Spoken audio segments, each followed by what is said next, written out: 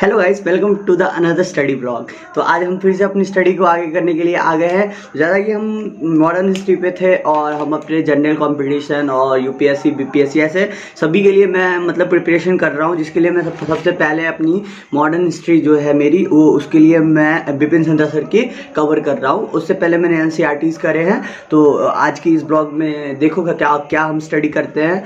आपके लिए हो सकता है, अगर आप भी इस लाइन से हो तो आपके लिए वीडियो इंपॉर्टेंट हो। तो आज हम मेरा इससे पहले प्रीवियसली वीडियो में हमने 2-3 चैप्टर कर रखा है और एक चैप्टर का मैंने स्टडी ब्लॉग नहीं बनाया था क्योंकि उस टाइम मेरे यूट्यूब चैनल नहीं थे।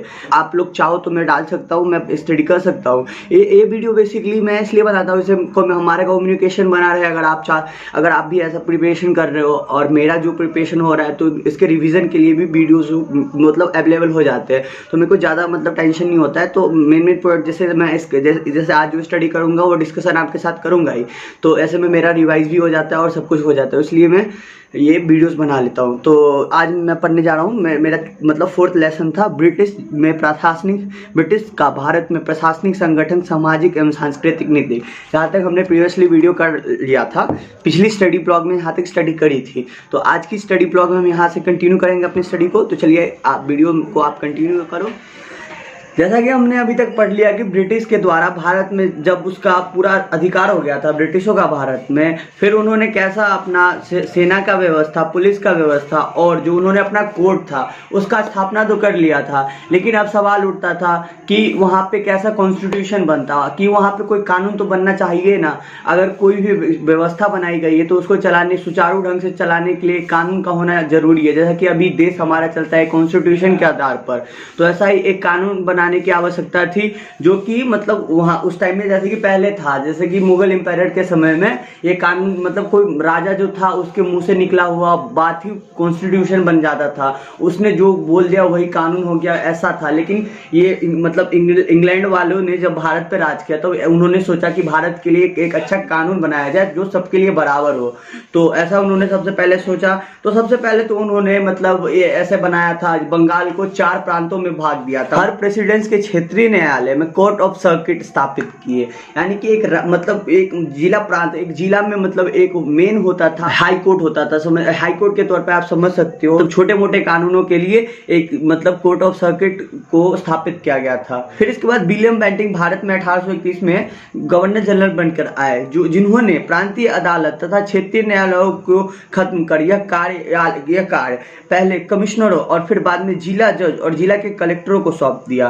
तो मैं बता दूं कि 1831 में जो ये व्यवस्था बनाई गई थी पूरी, वो खत्म कर दी गई। और ये जो काम थे ये वाले न्याय वाले काम, वो जिला कलेक्टर सबसे पहले तो कमिश्नरों को हाथ में दे दिया गया, फिर इसके बाद जज और कलेक्टरों को सौंप दिया गया। तो और मैं बता दूं कि इसी के क्रम में 1865 में कलकत्ता, मद्रास एवं बंबई में उच्च न्यायालय की स्थापना हुई। अगर आपसे कोई पूछेगा कि सबसे पहले उच्च न्यायालय की स्थापना कब हुई थी, तो 1865 आप बताना, एक नॉर्मल सा था। और मैं आपको बता दूं कि 1833 के चार्टर के बाद कानून के तहत गवर्नर जनरल के हाथ में काउंसिल जो थी, बोर्ड ऑफ कंट्रोल एक बना था, जैसा कि हमने प्रीवियसली वीडियो में पढ़ रखा है उसके रूल के बारे में। तो बोर्ड ऑफ जो काउंसिल था उसकी सहमति से कानून बनाने का अधिकार गवर्नर जनरल को दे दिया गया। किसके चार्टर के हिसाब से? 1833 के चार्टर के आधार से। तो सरकार ने 1833 में लॉर्ड मैकालो के नेतृत्व में भारतीय कानून को संहिता बुद्ध के लिए एक आयोग नियुक्त किया, यानी कि भारत में कानून बनाने के लिए 1833 में लॉर्ड मैकालो, उस समय का भारत का गवर्नर जनरल था, उनके नेतृत्व में कानून बनाया और एक बिना भेदभाव वाला कानून बनाया। अब यह बिना भेदभाव वाला कैसे, आप ये समझ लो, जैसे कि पहले होता था कि धर्म के हिसाब से भेदभाव होता था, जाति के हिसाब से भेदभाव होता था, और अब के जो कॉन्स्टिट्यूशन बना था भारत ने उसमें अब नहीं ये होने वाला था, अब सबके लिए कानून बराबर था। लेकिन हाँ, मैं आपको बता दूं वो बस भारतीय के लिए ही लागू होता था। विदेश के कोई व्यापारी होते थे या विदेश के कोई उनके संबंधी होते थे तो उनके लिए एक स्पेशल जज को रखा जाता था, उनके लिए कानून इतना सख्त ना था।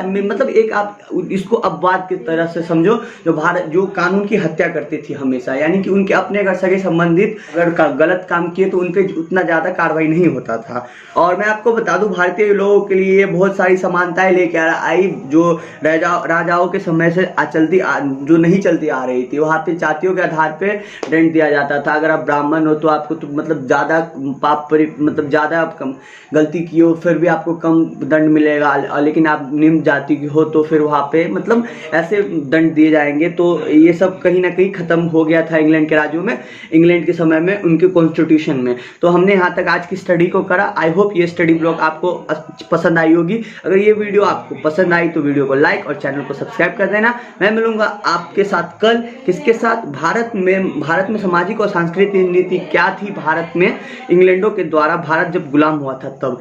अभी तक हमने पढ़ लिया है भारत में प्रशासनिक गठन, सब पढ़ लिया, पुलिस के बारे में पढ़ लिया, सेना के बारे में पढ़ लिया, और कैसे न्यायालय को बनाया, वो सब हमने पढ़ लिया आज कल की और आज की इस वीडियो में। तो मैं मिलूंगा कल आपके साथ भारत में सामाजिक और सांस्कृतिक नीति के टॉपिक के साथ। तब तक के लिए जय हिंद, जय भारत।